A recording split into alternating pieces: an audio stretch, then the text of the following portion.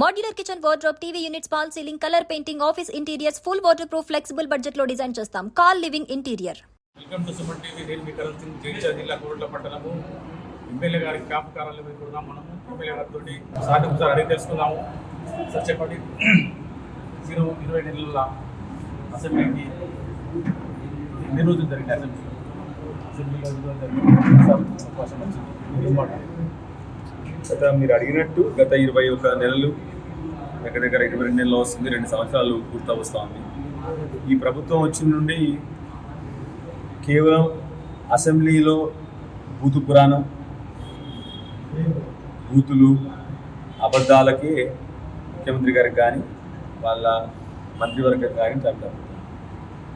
విచిత్రం ఏమంటే ఏ గవర్నమెంట్ ఏర్పడ్డా కూడా ఒక పాలసీ ఉంటుంది, ఒక దశ, ఒక దిశ ఉంటుంది. 10 ఏళ్ళు కేసీఆర్ గారు ప్రభుత్వం ఏర్పడిన తర్వాత, తెలంగాణ ఏర్పడిన తర్వాత పొద్దున్న లేస్తే ఏ వర్గానికి ఏం చేయాలి, ఏ వర్గాన్ని అభివృద్ధికి ఎట్లా చేయాలి, ప్రతి ఒక్క వర్గం గురించి, పెద్ద మనుషుల గురించి, వ్యవసాయం గురించి, కరెంటు గురించి, మంచినీళ్ళ గురించి, అట్లా ఒక్కొక్క రంగం గురించి కేసీఆర్ గారు ఆలోచన చేసి బ్రహ్మాండంగా ముందుకు తీసుకున్నారు. అదేంటంటే ఈ 22 నెలల్లో ఈ రాష్ట్ర ప్రభుత్వం ఏర్పడిన తర్వాత మొదల అసలు ఒక పాలసీ లేదు. వీళ్ళ పాలసీ వల్ల కేసీఆర్ గారిని తిట్టాలి, కేటీఆర్ గారిని తిట్టాలి. చాతనైనోడు ఏం చేస్తాడు? అభివృద్ధి పనుల గురించి మాట్లాడతాడు, సంక్షేమం గురించి మాట్లాడతాడు, విద్య గురించి మాట్లాడతాడు, వైద్యం గురించి మాట్లాడతాడు. ఈ ప్రభుత్వం వచ్చిన నుంచి 22 నెలల్లో బట్టి ఎప్పుడోసారి మీడియా మేనేజ్మెంట్ తప్ప, మీడియాలో అలా న్యూస్ వేయించుకోవడం తప్ప, మీడియాని కంట్రోల్లో పెట్టుకొని న్యూస్ వేయించుకోవడం తప్ప, రాష్ట్రం కోసం ఇది చేస్తే రాష్ట్ర అభివృద్ధి చెందుతున్న సోయి లేని ప్రభుత్వం. గత 22 నెలల్లో ఏ రంగంలో కూడా మన రాష్ట్రం ముందరికి అడిగేది. మన కేసీఆర్ గారు ఉన్నప్పుడు కరెంటు విధానంలో కానీ ప్రతి ఇంటికి మంచినీరు ఇచ్చిన ఏకైక రాష్ట్రంలో ఫస్ట్ వచ్చిన రాష్ట్రం తెలంగాణ రాష్ట్రం. అట్లా ఏ విధంగా చూసుకుంటూ పోతే వ్యవసాయంలో దేశంలో నెంబర్ 1 అయింది, ఐటీ ఉద్యోగాల్లో దేశంలో నెంబర్ 1 అయింది.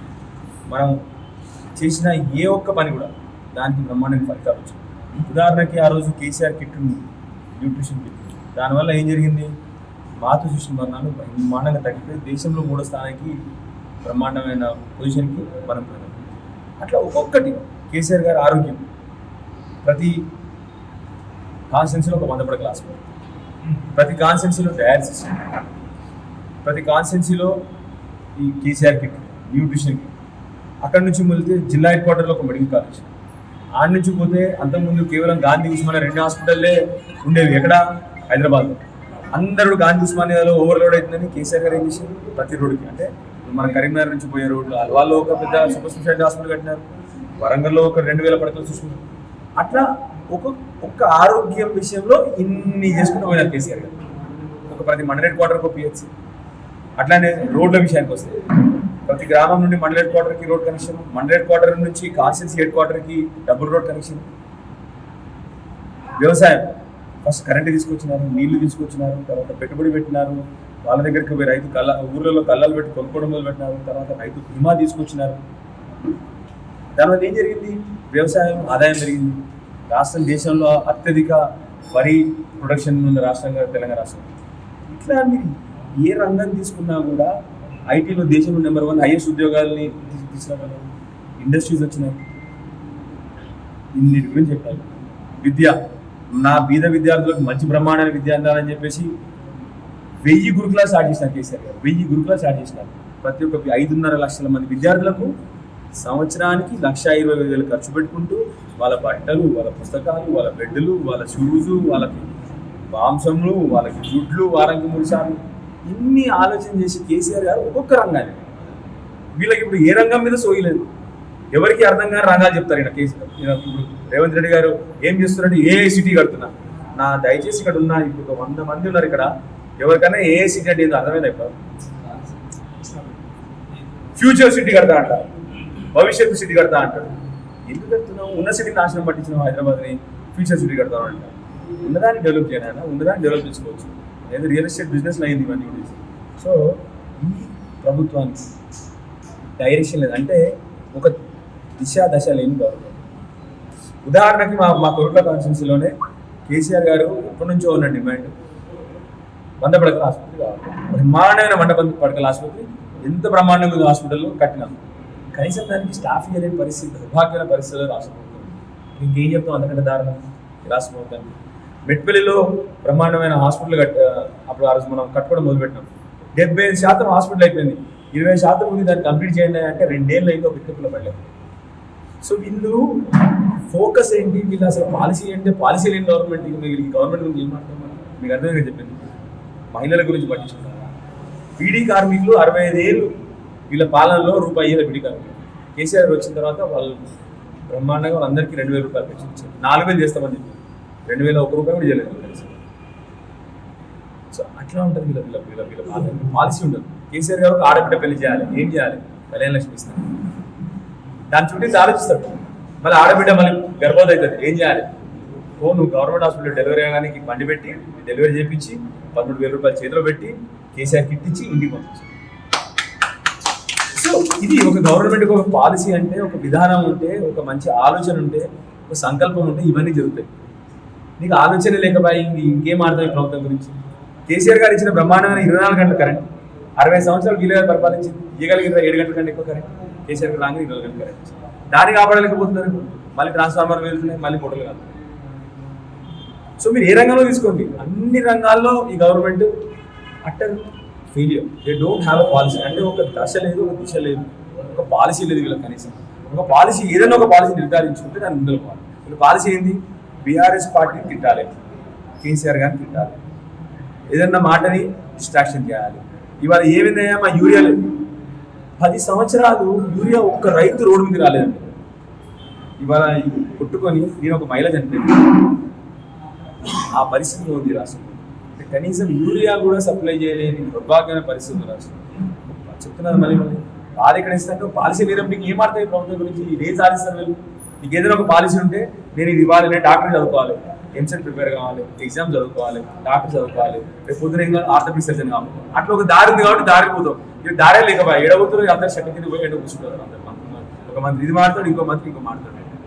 రేపు పొద్దున ఏమైంది అనగానే ఒక కేసు, కేసీఆర్ మీద కేసు, ఏమైంది అని ఇంకో 2 సార్లు కేటీఆర్ మీద కేసు, ఏమైంది అని అడిగితే హరీష్ రావు మీద కేసు, లేకపోతే కుటుంబాలను తిట్టడం. 14 ఏళ్ళు కేసీఆర్ గారు ఉద్యమం చేశారు. ఏ ఒక్క రోజు ఏదైనా కుటుంబంలో కానీ ఎవరన్నా పర్సనల్ క్యారెక్టర్ల మీద మరి ఎప్పుడైనా మాటేదా కేసీఆర్ గారు? ఏదో చిల్లర మాటలు మాట్లాడాలి. అలాంటి ఉపాధ్యాయుల ప్రభుత్వం కన్నా ఈ ప్రభుత్వం ఏం చేయదు. 100% మన కేసీఆర్ గారు రావాల్సిందే. జై తెలంగాణ.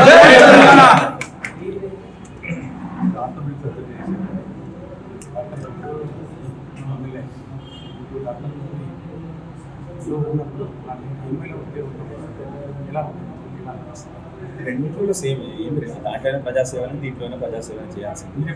దాంట్లో ఏమవుతుందంటే దాంట్లో నా కంట్రోల్ లేకుంటే దీంట్లో నా కంట్రోల్ తక్కువ రాజకీయం తప్ప రెండు కూడా ప్రజాసేవనే, రెండు కూడా చేయాల్సింది ప్రజాసేవ. దాంట్లో నా కంట్రోల్ లేకుంటే దీంట్లో కంట్రోల్ తక్కువ. కానీ దాంట్లో నేను చేయగలిగిన తక్కువ. ఆరోగ్యం చేయగలిగినప్పుడు ఆ రోజు నేను అప్పుడు అందరి ఆరోగ్యం గురించి క్యాంపులు పెట్టిన, అందరికీ హెల్త్ ట్రీట్మెంట్ ఇప్పించిన, అవన్నీ ఇప్పించిన. రెండోది ఉద్యోగాలు ఇప్పగలిగిన. దీంట్లో ఏంటి చాలా పెద్ద స్కోప్ ఉంది. మీ గ్రౌండ్ పెద్దదైంది. ప్రజాసేవలో పెద్ద అన్నీ చేయొచ్చు, కానీ దీనిలో నా కంట్రోల్ తక్కువైపోయింది. ఎందుకంటే ప్రజల పట్ల మమకారము, ప్రజల పట్ల ప్రేమల ప్రభుత్వం లేదు. కానీ ఇదే ప్రభుత్వం కేసీఆర్ గారు అంటే ఇంకా ముందుండి బ్రహ్మాండంగా చేసుకోవచ్చు, ప్రజల సేవ చేసుకునే అదృష్టం సార్. మీరు అనుకుంటారా నిజంగా చెప్పాలంటే నేను ఎప్పుడు అనుకోలేదు. మా కొరుట్ల కాన్స్టిట్యున్సీ ప్రజల ఆశీర్వాదము, మా నాయకుల బలవంతము, మా నాయకుల ఇన్స్పిరేషన్, స్ఫూర్తి, వీళ్ళందరినీ తీసుకొని అయినా కానీ లేకపోతే లేకుండా ఆగి స్పైసర్గా ఉండే అందరు ప్రజల ఆశీర్వాదంతో నేను